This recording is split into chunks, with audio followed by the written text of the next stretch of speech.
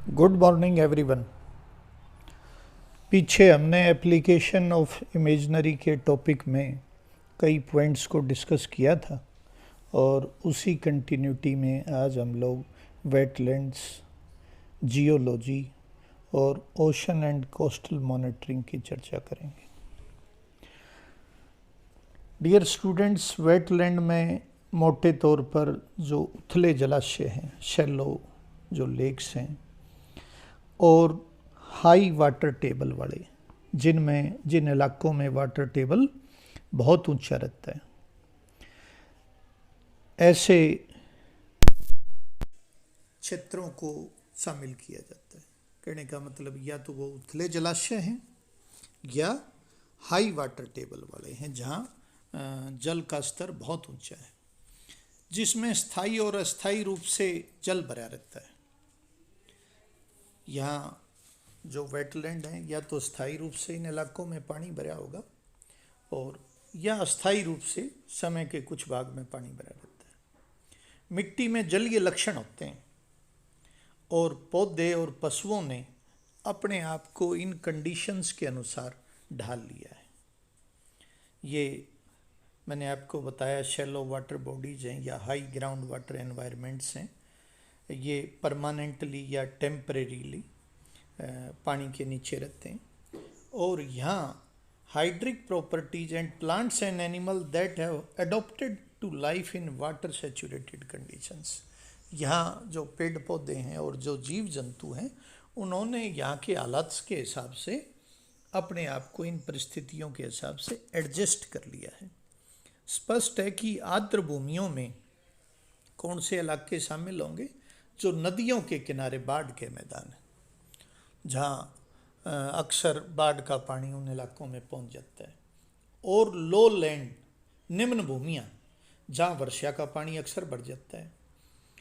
इन दो रीजन के अलावा जो कोस्टल एरिया हैं, आपको पता ही है, ज्वार भाटा के कारण से प्रतिदिन वहाँ जलमग्न होते रहते हैं, ये सब शामिल किए जाएंगे। नदियों के डेल्टाई भाग, मैंग्रोव्स, झीलों के निकटवर्ती क्षेत्र, ये सब इसमें शामिल किया जाता है। एक अनुमान के अनुसार धरती पर लगभग 10% धरातलीय भाग पर ये वेटलैंड्स, आर्द्र भूमियाँ फैली हुई हैं।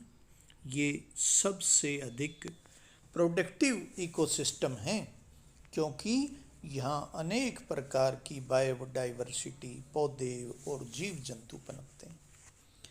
ये मैनमेड भी हो सकते हैं और नेचुरल वेटलैंड भी हो सकते हैं। जैसे उत्तरी भारत में एक वेटलैंड है जिसको हरीके वेटलैंड कहते हैं, पंजाब में, जहाँ सतलज और व्यास नदियाँ मिलती हैं, वहाँ हरीके बैराज है। उस बैराज के कारण से लगभग 41 किलोमीटर एरिया में एक वेटलैंड डेवलप हो गया है। ऐसे ही भरतपुर में घाना बर्ड सेंचुरी है, वो भी एक वेटलैंड वाला रीजन है। वहाँ भी साल भर पानी का उस पूरे इलाके में फैलाव रहता है।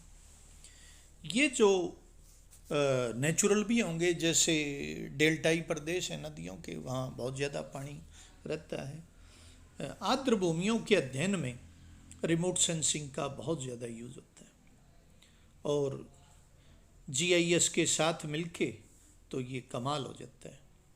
जैसे जो फिगर आप देख रहे हो, इसमें वेटलैंड दिखा रखा है स्क्रीन पर, काजीरंगा नेशनल पार्क का, आसाम का। इसमें सीजनल वेरिएशन दिखा रखा है, एक दिसंबर का है, एक अप्रैल का है। तो आपको पता ही है कि दिसंबर में वाटर लेवल कम होगा, अप्रैल में वाटर का लेवल ज़्यादा होगा। ये लिस्ट 3 की इमेज है। तो इसके द्वारा हम इलाके की जानकारी हमें आसानी से पता चल जाती है। इसमें GIS के साथ जब हम मिलेंगे तो आर्द्र भूमि के अध्ययन का सबसे सस्ता और सबसे भरोसेमंद इलाका होगा ये। और इसमें फॉल्स कलर कंपोजिट पर आर्द्र भूमि का जल नीले रंग की विभिन्न आभाओं में दिखाई देगा। आपको पता ही है जब फॉल्स कलर कंपोजिट होता है तो उसका कलर कॉम्बिनेशन अलग होता है। ये आभाएं जल की गहराई और उसमें उपस्थित विभिन्न प्रकार के पदार्थों पर निर्भर करती हैं। भाई जल की गहराई कितनी है और विभिन्न प्रकार के पदार्थ कौन से हैं उस जल में, उसके आधार पर कलर मैच होगा। जैसे जब वनस्पति में पूर्णतया ढका हुआ होगा वो इलाका तो गुलाबी लाल रंग की पिक्चर दिखाई देगी।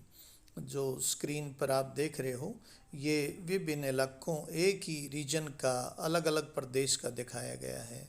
इसमें लेक का इलाका है, मणिपुर की एक लेक है, उसका रीजन दिखाया गया है किस तरह से लेक का रीजन धीरे धीरे ये आर्द्र भूमि कम होती जा रही है।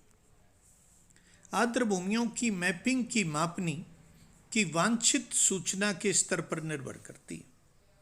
अब इनकी मैपिंग करनी है तो हमें राष्ट्रीय स्तर पर 1:2.5 लाख स्केल पर और छोटे लेवल पर 1:50,000 और स्थानीय रूप से 1:25,000 के मापनी पर मैपिंग को बनाया जाता है। भारत में आर्द्र भूमि के दूर संवेदन का यदि हम जिक्र करें तो इसमें 24 वर्गों में बांटा गया है, जिसमें से 10 तो लैंड पर हैं और 14 तटीय भागों में हैं। आर्द्र भूमियों की जो सीमाएं हैं उनको निर्धारित करने के लिए 92-93 में मानसून से पहले और मानसून के बाद, आपको पता है मानसून के दौरान तो उतनी बेहतरीन पिक्चर नहीं आएगी। इसमें फॉल्स कलर कंपोजिट के रूप में IRS 1A 1B इसमें लिस्ट 1 और सेकंड से आंकड़े प्राप्त किए गए थे और दूर संवेदन और भौगोलिक सूचना तंत्र GIS का प्रयोग आर्द्र भूमियों के घनत्व, आर्द्र भूमियों के इर्द गिर्द और जो बफर जोन हैं और जो फिशरीज के इलाके हैं उन सभी पहलुओं के लिए किया जाता है। इसके बाद नेक्स्ट जो पॉइंट है वो है जियोलॉजी से संबंधित। भूतल पर पाई जाने वाली विभिन्न स्थलाकृतियों, भूगर्भीय संरचनाओं और भूपृष्ठ को परिवर्तित करने वाली क्रियाओं को जियोलॉजी में शामिल किया जाता है। कहने का मतलब हो गया अर्थ सरफेस पे जितनी भी स्थलाकृतियाँ हैं और उनके नीचे जो संरचनाएं हैं, स्थलाकृतियाँ किससे बनती हैं? नीचे की रॉक स्ट्रक्चर से, तथा भूपृष्ठ के ऊपर परिवर्तन करने वाली जितनी क्रियाएं हैं वो सब जियोलॉजी में शामिल की जाती हैं। देखो स्क्रीन पे एक पिक्चर दिखाई जा रही है, ये रिज का रीजन है, ये रिज इलाका है। रिज इलाका कौन सा है? ये जो पहाड़ियाँ दिखाई दे रही हैं दाईं तरफ ध्यान से देखो तो इसमें एक फोटो दिखाई दे रहा है उसी इलाके का और बाईं तरफ उसी रीजन की रिमोट सेंसिंग से इमेजनरी दिखा रखी है। देखो उस दाईं तरफ वाले में आपको पहाड़ी इलाका और जिसमें वेजिटेशन कवर बहुत साफ दिखाई दे रहा है और पहाड़ों की लाइन सी दिखाई दे रही हैं और इसी रीजन की आप फोटो देखो बाईं तरफ इमेजनरी में कैसे उपग्रह से प्राप्त हुई इमेजनरी को ध्यान से देखो तो वैसे ही रिज दिखाई दे रही हैं जैसी एक्चुअल पिक्चर में थी। तो ये आपको महसूस होगा कि भाई उधर तो वेजिटेशन ग्रीन है और इधर सारा रेड रेड दिखाई दे रहा है। पहाड़ तो दिखाई दे रहे हैं, ऊंचाई भी दिखाई दे रही है, साइड में दो पहाड़ों के बीच में वैलीज भी दिखाई दे रही, लेकिन इसका कारण है फॉल्स कलर कंपोजिट, जिसका हम कई बार जिक्र कर चुके हैं। आपको पता ही है फॉल्स कलर कंपोजिट में क्या होता है कि जो नियर इंफ्रारेड है, जो रेड है और जो ग्रीन बेल्ट हैं वो किस में कन्वर्ट हो जाएंगे? रेड में, ग्रीन में और ब्लू में। कहने का मतलब ये है कि वेजिटेशन का जो कलर है वो रेड में आ जाएगा और जो रेड है एक्चुअली वो ग्रीन में चला जाएगा और जो ग्रीन बेल्ट, जो ग्राउंड पर जो ब्लू था वो ग्रीन बैंड में चला जाएगा। तो फॉल्स कलर कंपोजिट में सीधी सी बात ये है कि जो वेजिटेशन है वो रेड में आएगी। तो इससे पिक्चर बिल्कुल साफ आ जाती है।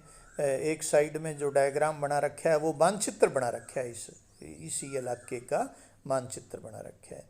जो रिमोट सेंसिंग की इमेज आपको दिखाई दे रही है, देखो उसमें रिज जो पहाड़ी इलाके हैं उसके साथ साथ वैलीज भी दिखाई दे रही है।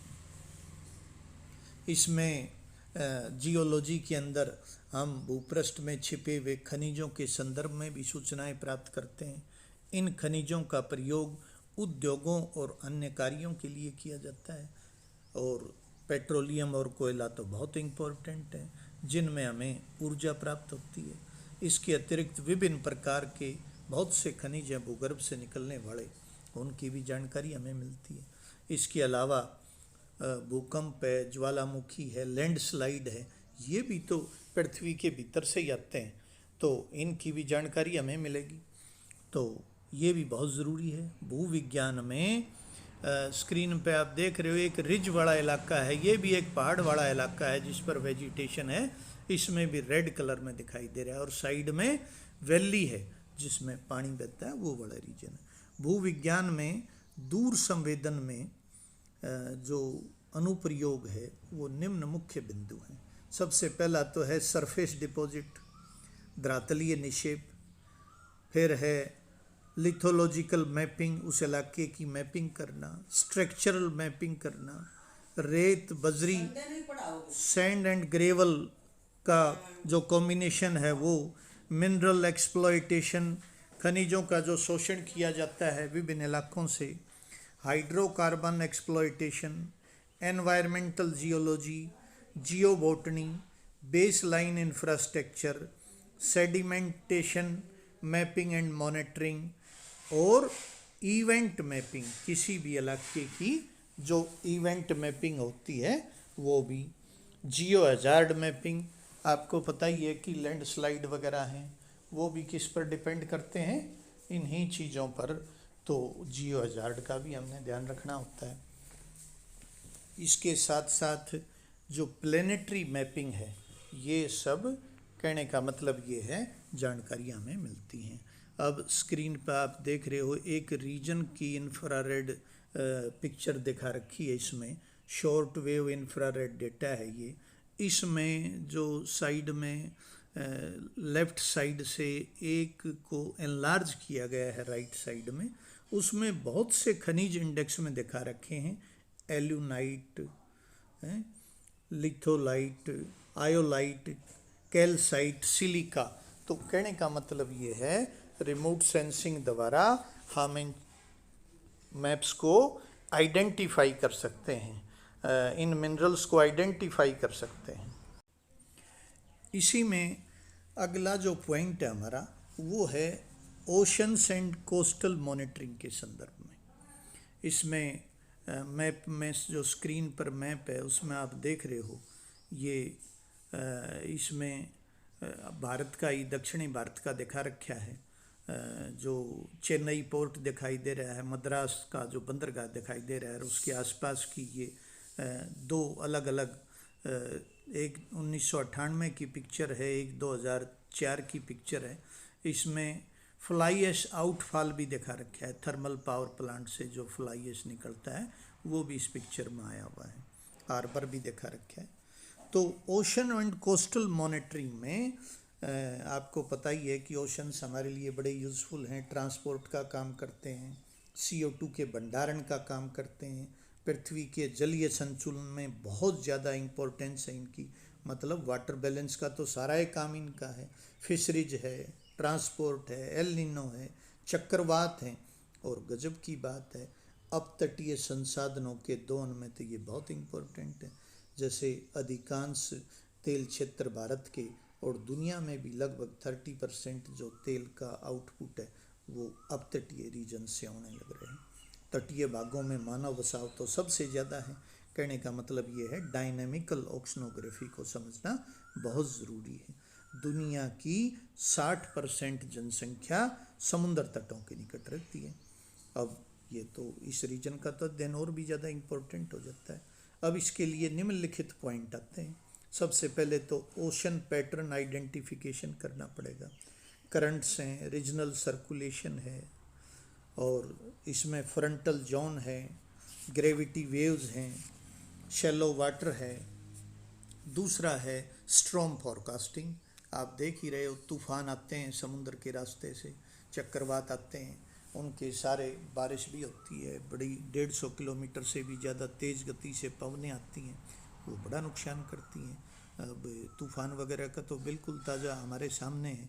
अब इसकी जब हम पॉडकास्टिंग करेंगे वो रिमोट सेंसिंग की मेहरबानी से करेंगे। रिमोट सेंसिंग के जो डेटा हमें प्राप्त होंगे उसी से हम फोरकास्टिंग करेंगे, और उसका बेनिफिट आप देख रहे हो। मैंने आपको बताया था कि इसी देश में 1999 में सुपर साइक्लोन आया था और उड़ीसा में 10,000 लोग मारे गए थे। और अब 2021 है, हमने रिमोट सेंसिंग में काफ़ी प्रगति कर ली है, और हमारा जो वेदर डिपार्टमेंट है वो भी फोरकास्टिंग में बहुत बेहतरीन हो चुका है। अब जो 2 तूफान आए, एक जो गुजरात साइड में आया और एक जो उड़ीसा साइड में आया, इससे जनहानि बहुत कम हुई। जहाँ 10,000 लोग मारे गए थे एक तूफान में, अब की बार जो तूफान आया उसमें सिर्फ 9 लोगों की जाने गई।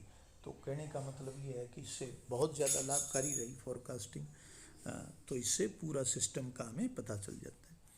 अच्छा, समुद्रों में बहुत से संसाधन हैं, तो फिश स्टॉक का हमें पता चल जाता है, उसका असेसमेंट कर सकते हैं। समुद्री कृषि का विस्तार और मॉनिटरिंग कर सकते हैं।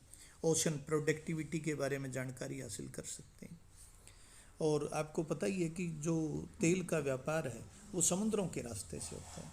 तो समुद्र बड़े तूफ़ानी हैं, कई बार किसी भी कारण से उसमें बहुत ज़्यादा डैमेज हो जाता है शिप को।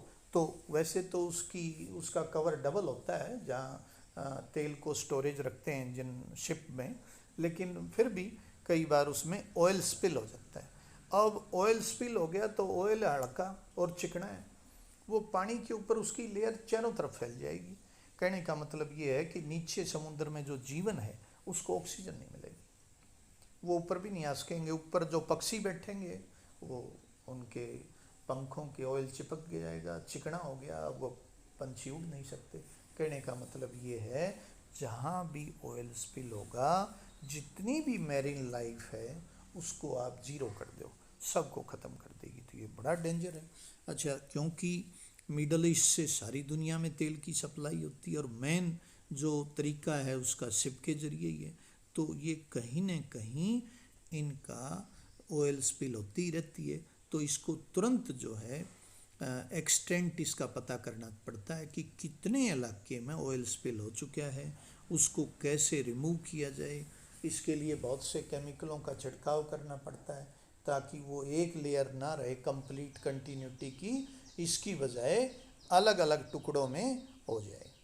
और दूसरा, जैसे फोम वगैरह डालते हैं वो उसको कैच कर लेता है, ऑयल को पकड़ लेता है, तो कुछ ऑयल की रिकवरी भी हो जाती है और जलीय जीवन भी बचा रहता है। आपको पता ही है कि शिपिंग बड़ा इम्पोर्टेंट है इसमें, नौ परिवहन तो सारा ही इससे होगा। तो ट्रैफिक डेंसिटी कितनी है इसका भी अंदाज़ा लेना पड़ेगा ताकि वो स्मूथ हो जाए। इंटर टाइडल जोन का भी हमें ध्यान रखना है कि भाई ज्वार भाटा और तूफ़ान के क्या प्रभाव होंगे। पानी इसमें बहुत अंदर तक आ जाता है ज्वार के समय, और भाटा के समय दूर चला जाता है। कोस्टल वेजिटेशन की मैपिंग भी करनी पड़ेगी, और ह्यूमन एक्टिविटी का कितना इम्पैक्ट है यो भी हमें देखना पड़ेगा।